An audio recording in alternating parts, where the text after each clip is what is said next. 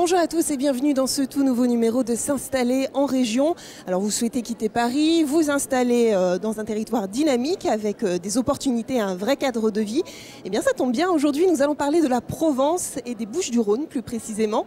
Nous recevons pour cela la structure Provence Promotion avec nos deux invités. Mesdames, bonjour.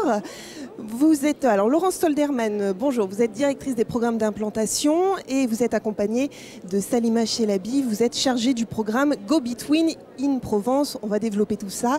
Juste avant, est-ce que vous pouvez nous présenter la structure Provence Promotion ? Oui, bien sûr. Alors Provence Promotion, c'est l'agence de développement économique des Bouches-du-Rhône. Son rôle est d'aider les entreprises à s'implanter sur le territoire des Bouches-du-Rhône. Alors quand je dis entreprise, ça s'adresse aux entreprises françaises et aux entreprises étrangères. Donc nous accompagnons les entreprises dans leur processus d'implantation et tous nos services d'accompagnement sont délivrés à titre gratuit et confidentiel. Tout simplement parce que nous sommes une émanation de la Chambre de commerce et d'industrie Marseille-Provence et du Conseil général. Donc nous œuvrons dans l'intérêt général et notre objectif vraiment premier, c'est vraiment d'aider les entreprises à s'implanter en maintenant les emplois sur le territoire, mais également en les créant. Alors Provence Promotion est basée sur un territoire qui est les Bouches-du-Rhône, riche et diversifié. Voilà. Alors justement, qu'est-ce que ça veut dire riche et diversifié? Présentez-nous un petit peu plus en détail ce territoire. D'accord, donc au niveau localisation, on est sur un axe stratégique sur l'arc méditerranéen entre l'Espagne et l'Italie, avec l'accès au marché nord-africain, les pays du Golfe jusqu'en Asie. Marseille et le sud de la France a vraiment une position stratégique sur tout ce qui est câbles sous-marins notamment. On a 3 câbles sous-marins qui relient Marseille à Singapour, à Hong Kong en passant par 127 pays. Donc c'est vraiment l'aspirateur du data center avec Jaguar Network, notre français, mais également Interxion qui vient de s'implanter. Donc c'est un territoire également multimodal en plus de sa connexion. On a un réseau autoroutier très dense, le deuxième aéroport de fret en France, la plateforme de vol low cost européenne. Un des plus grands sites industriels portuaires d'Europe, avec également un port fluvial pour remonter le Rhône et le TGV qui relie Marseille à Paris en 3 heures, à Bruxelles en 5 heures, à Lyon en 1h30. Donc un vrai positionnement stratégique. Quelles sont les filières sur lesquelles vous vous positionnez ? Donc on a 5 filières d'excellence sur le territoire. La première étant l'aéronautique avec Airbus Hélicoptère et Thales Alenia Space, où là on a les sièges sociaux, leurs centres de R&D et les usines d'assemblage. Et tout autour gravite un réseau de sous-traitants dense. Alors on est vraiment autour du matériau, de la mécanique et du système embarqué. En parlant du système embarqué, ça nous mène à la deuxième filière qui est la microélectronique et le numérique. Donc on fait partie on a sur la vallée de l'Arc le plus grand nombre de mètres carrés de salles blanches. C'est un territoire qui est très tourné vers la communication sécurisée et les objets connectés. Donc on est vraiment sur la filière du numérique et des TIC en général avec la RFID, etc. Troisième filière, c'est la biotechnologie. On a le deuxième cancéropole à Marseille, un immunopole. Le centre européen de l'imagerie médicale est basé à Marseille, donc avec un grand pool de chercheurs dans la filière. Quatrième filière, c'est les énergies. Donc avec ITER, le programme ITER sur la fusion de l'atome au nord d'Aix-en-Provence, où là ça attire des chercheurs du monde entier. Sur Aix-en-Provence, il y a toute la filière des énergies renouvelables et sur Fos, sur le port, on est aussi sur de la transition énergétique, donc de transformer les émanations des méthaniers en énergie.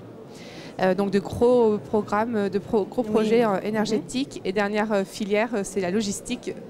J'ai parlé tout à l'heure, je citerai simplement CMA-CGM, qui est le leader mondial de transport maritime, et Katoun Nassi, qui a encore renforcé sa présence dans le sud avec plus de 150 000 m² d'entrepôts.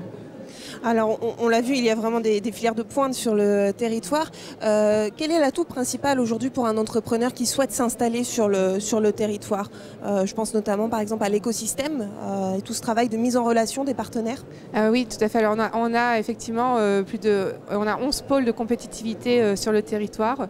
Un fort écosystème qui fédère à la fois la recherche, les industriels et l'académique, l'éducation avec les étudiants. Là, on a récemment eu le label French Tech.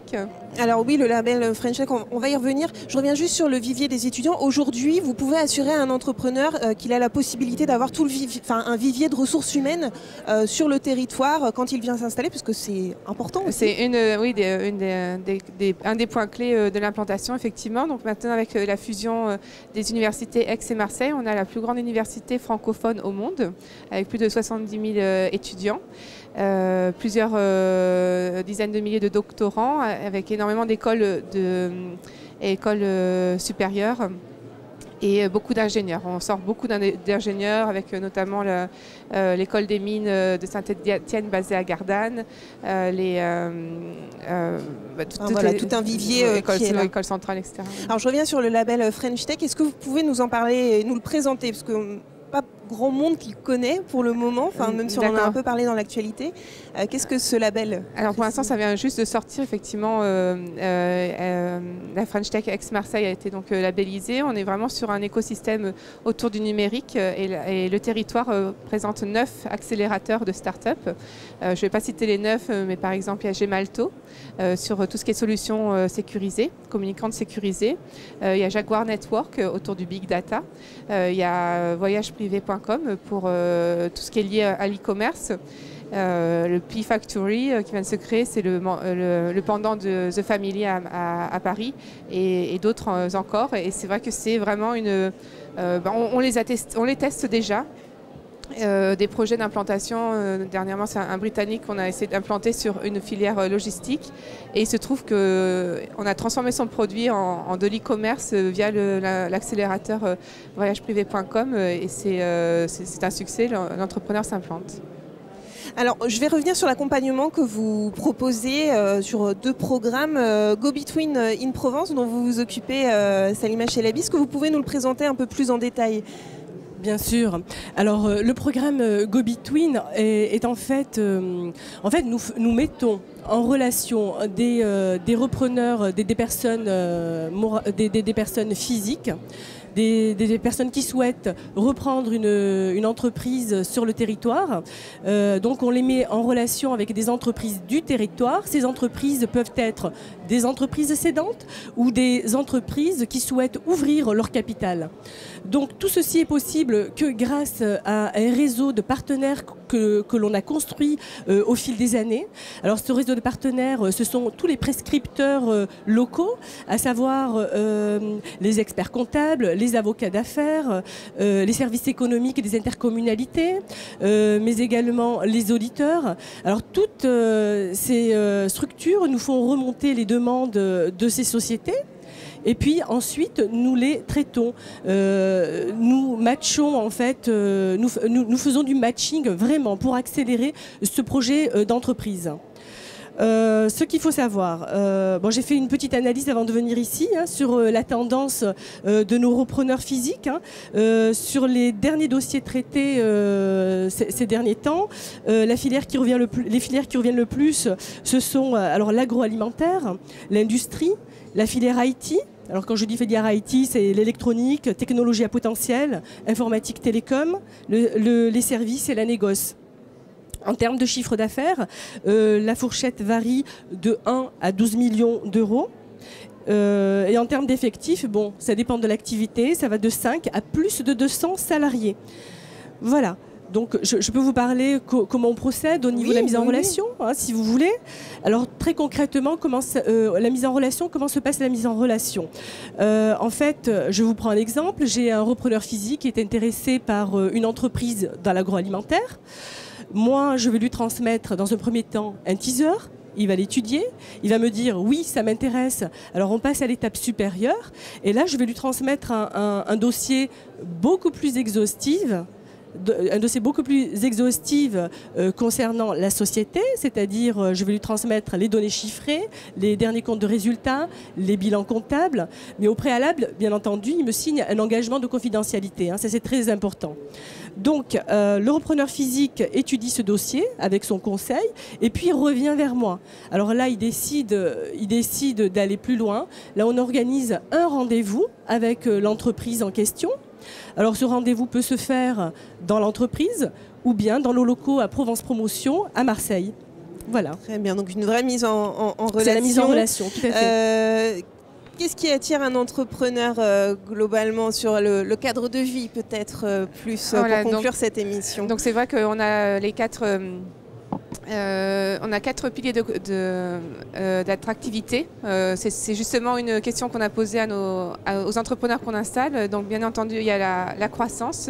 On a un territoire à l'OCDE, on fait partie de la deuxième aire métropolitaine au niveau européen de croissance, avec ces nouveaux programmes sur l'Immunopole, le centre de mécanique matériaux d'Henri Fabre, par exemple.